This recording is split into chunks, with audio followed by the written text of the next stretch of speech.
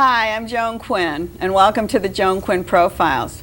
In the studio, waiting to be profiled, is actress Angie Schworer and fashion expert Kevin Jones. Actress Angie Schworer was born and raised in North Kentucky.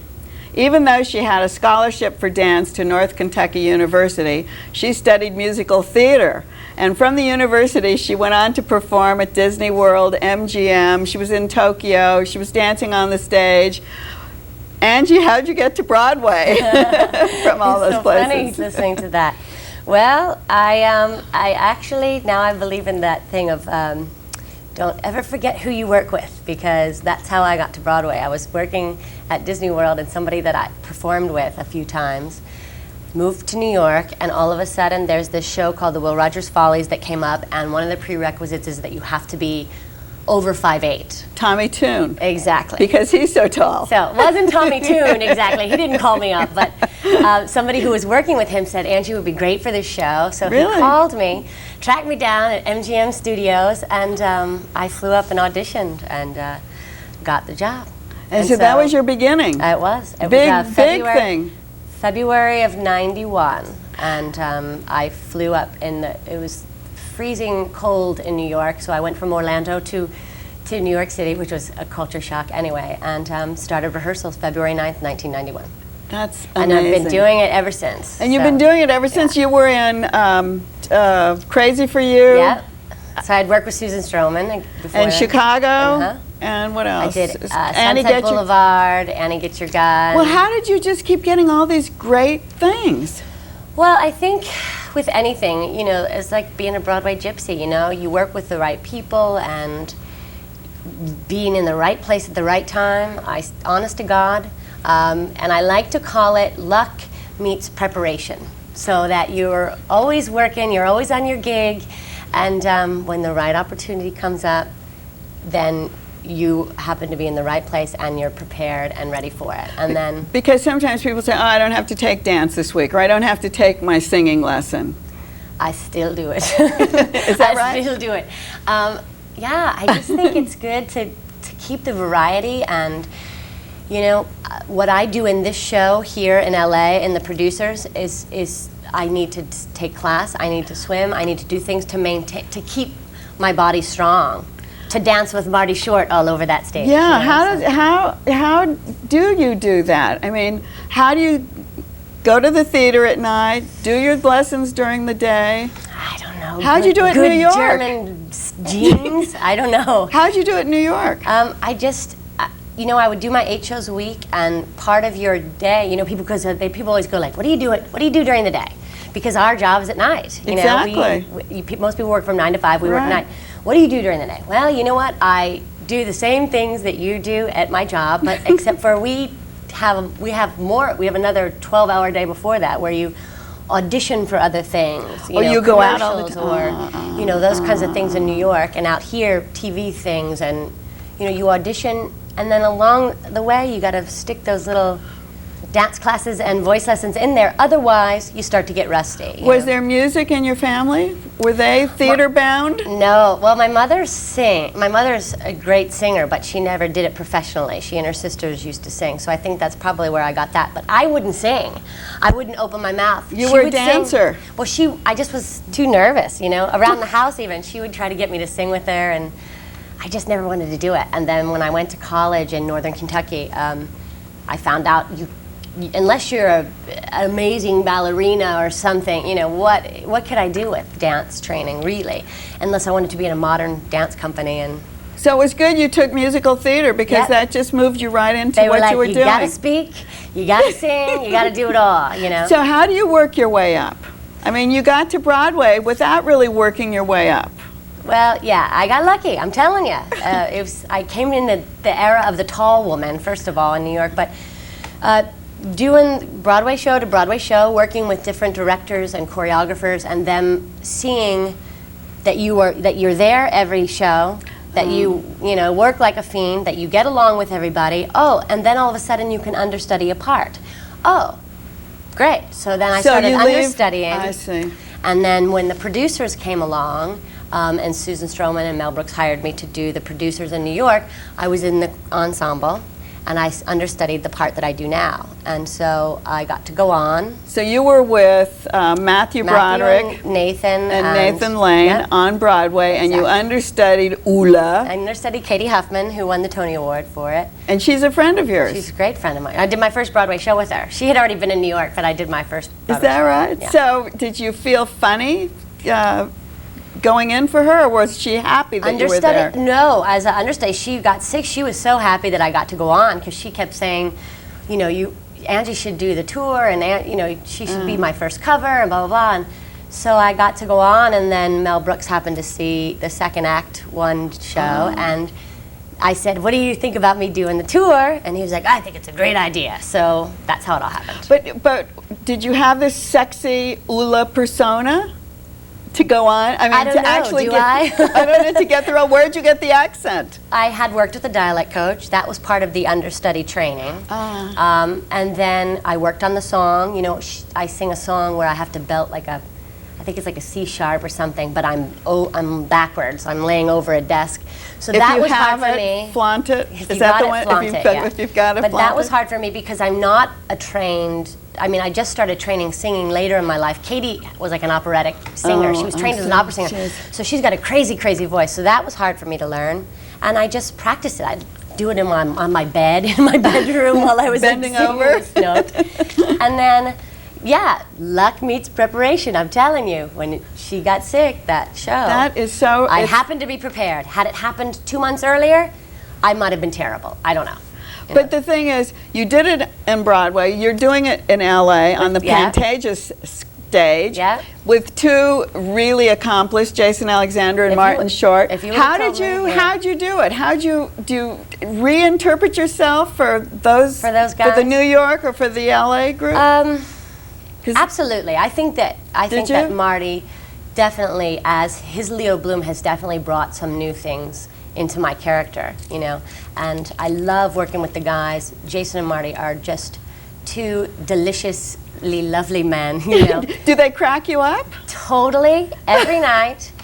I think that's like what, you know, Marty set out to do that every night. And both of them are they're so trained in improv because that's what they do. You I know, but this is not an improv. And I'm not, and it's not an improv, you're right. So, but they can do what they want to do because that's who they, you know. So sometimes if something goes awry and it's during my first scene when I come out, I let them fix it. Ula just stands there Does and she? I let them fix it. But Jason even said to me, let us fix it. So I always feel like, even though things can be a little crazy, I always feel like they're in control, so that makes me feel in control. Oh, so then you can just go along with them. As long as I stay in character and don't crack up too much, I can sort of stay in control. And they're just So is it glorious. different every performance? Well, no, we say the same lines. We do the same thing. Maybe the interpretation Yeah. is different, especially for the guys, I think. But that's what they do. You know, that's why they're stars. That's why they are who they are. And do So- they feed off of each other? Absolutely. I mean, they got a whole scenario going on. But, you know, they're great. And Max Bialystock and Leo Bloom is who they're playing. But absolutely some of their Marty and Jasonisms sort of come out. But that's why people go to see it. And do you really tower over them? Yes. I mean, actually all both the of time? them come to Ula's boobs. Am I allowed to say that? Both of them come right Yeah, there yeah. because they're both short. Yeah. Matthew Broderick was a little bit taller, Yeah. and Nathan Lane, I think, is a little bit I taller. think both of them are a little taller than these guys. But So, do you ever just start laughing on stage and you can't stop Absolutely. yourself? I do a number called That Face it's just Marty and I dancing, and basically every night there's something that makes us laugh, and you know. But we're dancing and we're having fun, and it's not a tragedy. You know And what I it mean? shows. The show is a comedy, so it So it works. I mean, shows. obviously, when I'm trying to sing and laughing, that's no good. But if we're dancing, you know, it certainly enhances, I think, our relationship. This is a traveling company, so you've been all over the U.S. already? Yep. We had been traveling for 7 months, not with Martin and Jason, but Good. we had been traveling, and then this whole company came in to the Pantages, and we added Martin and Jason. Will you continue traveling with it? Actually, no. After we're done here, I'm going to Broadway. And what do you have other things to do? Well, I'm going. They want me to come and do this part in New York, so I'm. That's what I finishing with the wondered. guys, yeah. What would happen if you were just in the middle of being this great person in this great show, Yeah. and then another Broadway offer came up, and maybe it was a bigger part? Would you take it? What would you do? Joan, it depends on what it is. And you know, I think one of the ways that I got here was by doing the right thing and working with the right people, and those people have been good to me, one of which is Susan Stroman. So I sort of, right now, want to do the right thing for her. And you know, the way it works is they want me to do better things too. And if I got Because it makes them look better absolutely. too. If I got some TV show or something, you know, they would let me do it, but it only helps make Everybody. Yeah. Helps but that's the thing. I was thinking, you kept saying you wanted to come to Hollywood. You hadn't done very much here, or been hadn't here. done anything, Would no. you stay here and do movies? Well, if somebody wanted to pay me to do them, yes. Have you done film work? I have not, but I just now started sort of branching out and auditioning for the episode, the guest spots and things. That's and so incredible, it's- isn't it? To be such a big star. I'm calling you a big Broadway star because I love Well, Broadway. thank you. But I mean, and then not to have done film. But you know, And that's film been my path. You know, that's been my bread and butter. Musical theater's my bread and butter. That's how I have survived for 13 years in New York, and I love it. You know, but don't you see how these people who are movie stars want to do that Broadway thing? You know, it's that's what I instant mean. gratification that they miss probably. So it all sort of is connected somehow. I just never got the opportunity to do it, nor did anybody care to want me to do it. But you never really went for it. You went No. for Broadway. You went for the stage. I shouldn't just say Broadway, but you went for the stage and you went to first Yeah. thing on Broadway. I think that for me, musical theater was my way of getting to this place and getting the TV auditions and hopefully film auditions. That was my way to do it. Otherwise, nobody really cares. You came from a really big family. Did. And do they love Four to go brothers. to the theater? Yeah, Four they girls? do. Four They girls? do. They support me 100%. They're all coming out to LA Oh, in great. October to see the show. Oh, great. They've traveled all over to see me. They come to New York all the time, so they're very proud. That's great. And we're so happy you were with us. Oh, thank you. Thank Thanks you for very having much, me. Ula, Angie Thank you. Schworer. Ula says thank you. Oh, I'm so glad. And don't go away. We'll be right back with Kevin Jones. Oh, thank you.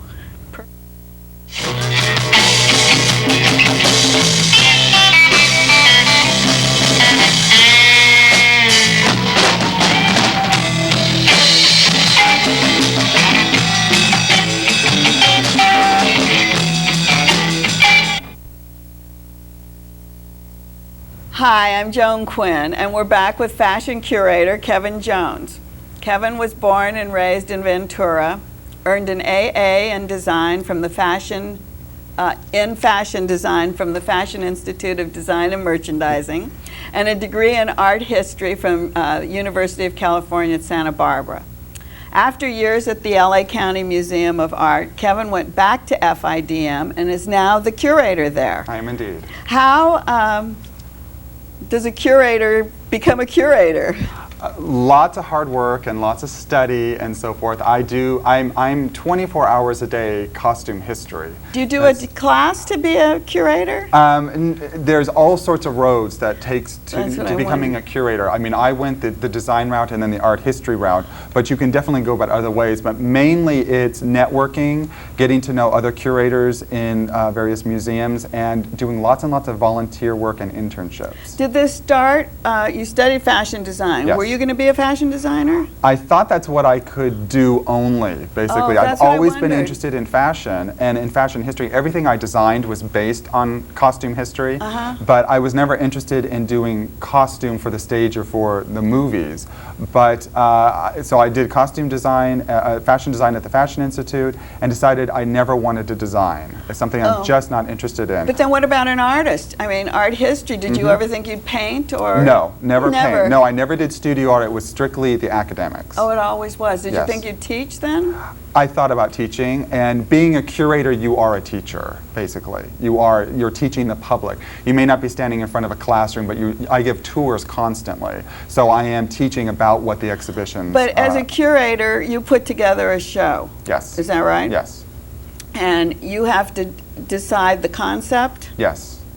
And what goes into the concept? Exactly, and it's a lot of research, and it's also what you can find to go into the exhibitions. You may not be able to find everything you want, so you have to go out and search through the collections that are housed at the Fashion Institute, and also private collectors and other museums? And other museums. Mhm. You are in charge of the museum collection. Yes. At FIDM, FIDM. Is that right? Yes, FIDM. FIDM, in downtown Los Angeles. Yes.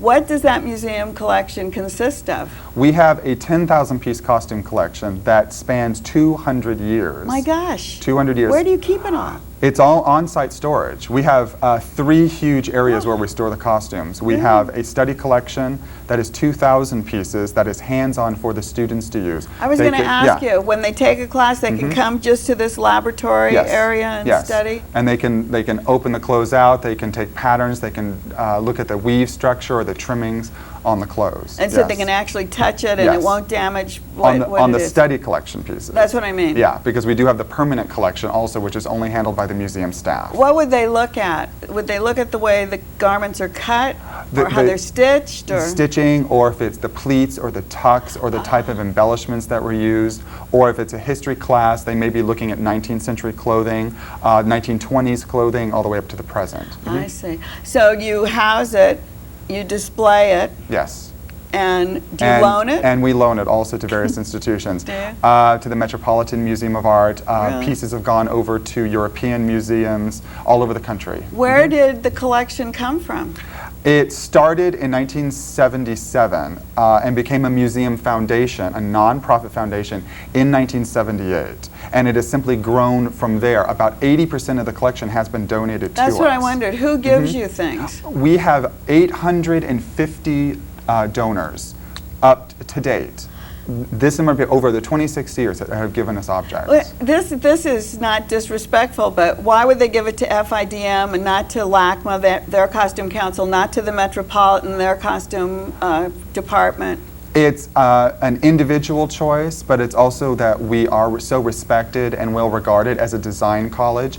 And I think donors understanding that their pieces are going to someplace that it's going to be looked on as the individual piece, the design piece, and it would be inspirational for future designers. Do you go out and try to get people to give things? Yes. All the time. I mean, I wonder, all the time. because how do you get, how many thousand pieces? How do you get that Just all? about anybody. When we were talking about your shoes, I thought, oh, those would be really good for the collection. Oh, you were? Actually. Is that right? Yes, and we do try to purchase pieces also to fill in holes in the collection. I wonder, do you keep track of that? Do you we inventory that? We do. We have an entire database, and everything is inventoried. And we're working on keeping the database updated. Constantly. So do you only draw from your own collection when you do an exhibition in the museum? Because I know you did a wonderful quilt exhibit, and you've done Academy Award designer. Exactly. No, generally museums are not able to draw specifically from their own collections. Maybe if you're the Metropolitan and you have 100,000 pieces, but generally you pick a topic that's of interest, you know of a few pieces that you would like to put into that exhibition, and then you start searching for more and more pieces to fill it out to make it a richer exhibition. Well, we have an exhibition now that you've curated called Morning Glory. Morning Glory, Fashion's Untimely Demise. And Morning Glory is a takeoff on the flower. Yes. But I thought it was kind of flippant. Is it a flippant kind of title? It is, and also because the Morning Glory flower's color is specifically associated with morning fashions of the late 19th, early 20th century. So it's like really then specific. It is, It's not indeed. a flippant kind of thing. No. That was interesting to me. Yeah. This show, this exhibition that's at FIDM right now, it has several different categories to it. Yes. You want to walk us through that? Because I can't Certainly. remember what all of them are. We have 7 categories. The first opens, it's called retiring. You retire from your career, you retire for the evening because you want to go to bed, but we're also all going to retire from life someday. Oh. And so I'm showing bed gowns from the 19th century that are the types of garments that you would have worn when you went to bed in the evening, but also many people passed away at the home.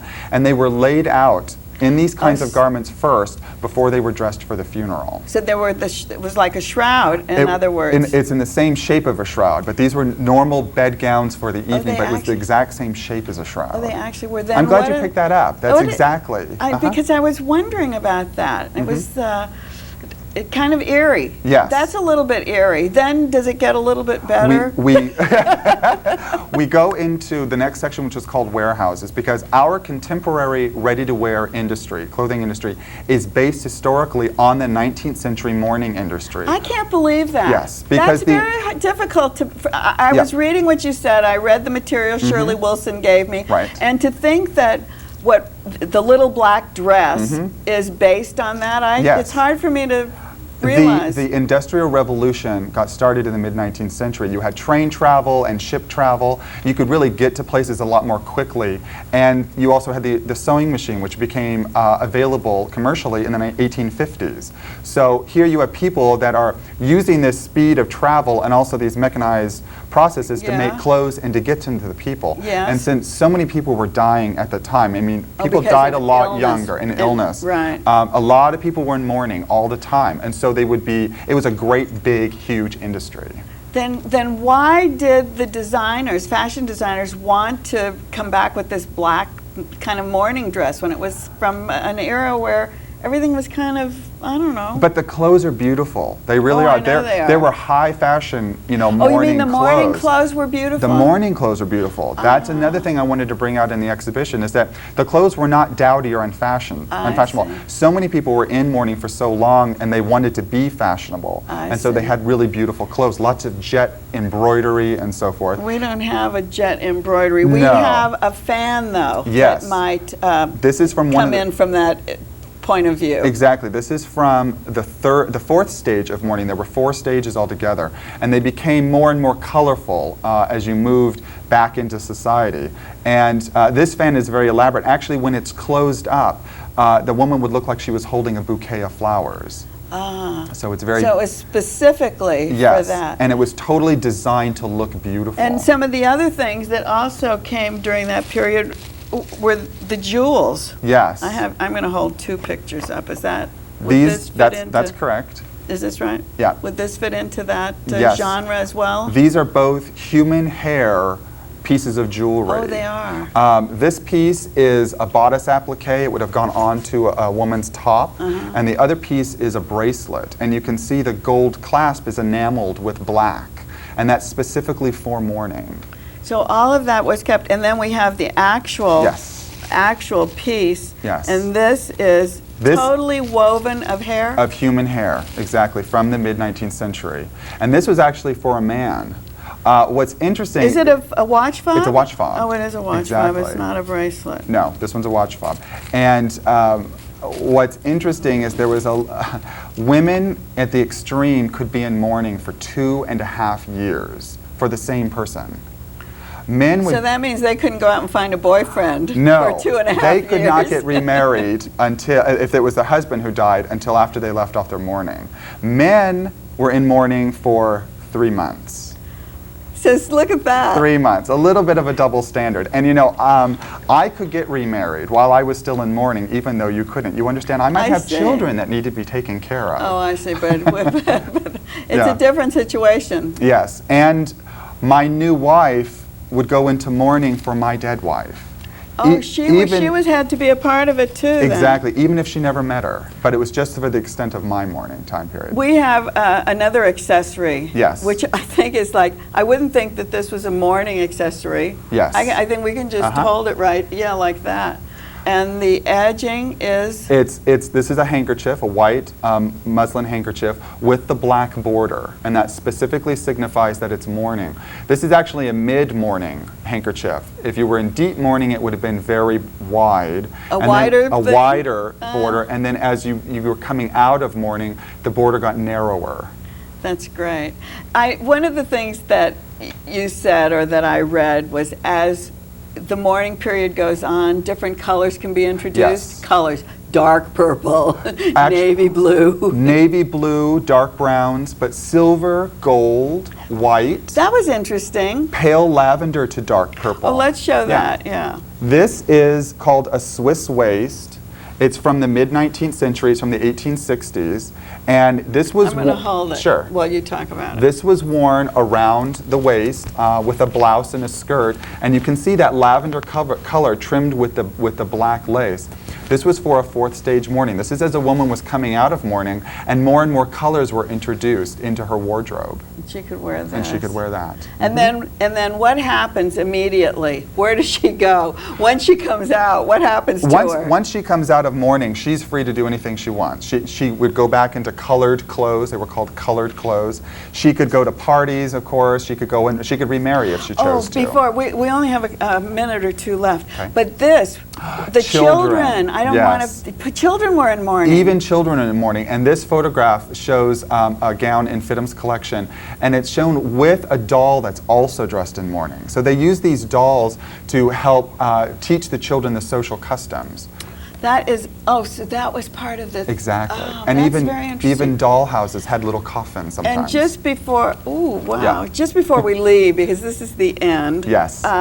These are two contemporary Yes, designers. I wanted to bring the exhibition full circle to show that all of this styling is still contemporary for today's designers. So on the left, we have a hooped gown that was designed by Paul Fan, who's a student who just graduated This one? from the Fashion Institute. And the one on the right is by Arjan K for Body Worship out of New York. He has dressed everybody from Madonna, Marilyn Manson, Janet Jackson, and he's very famous, and he loves the mourning clothing. Oh, Yes. That's so great. What an interesting thing you brought to us today. And the exhibit, I love FIDM. I love the gallery down there, and I'm so glad you're the curator. And Thank you. I'm so happy to have met you. Thank you. You too. And I'm glad that you all got to meet Kevin Jones today. And keep watching and keep writing to 777 South Figueroa, 44th floor, Los Angeles 90017. And we'll see you next time on the Joan Quinn Program.